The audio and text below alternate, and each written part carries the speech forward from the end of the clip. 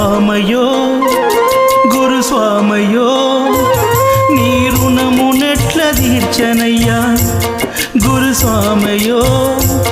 నీ రుణమునెట్ల తీర్చనయ్యా గురుస్వామయో నీ రుణమునెట్ల తీర్చనయ్యా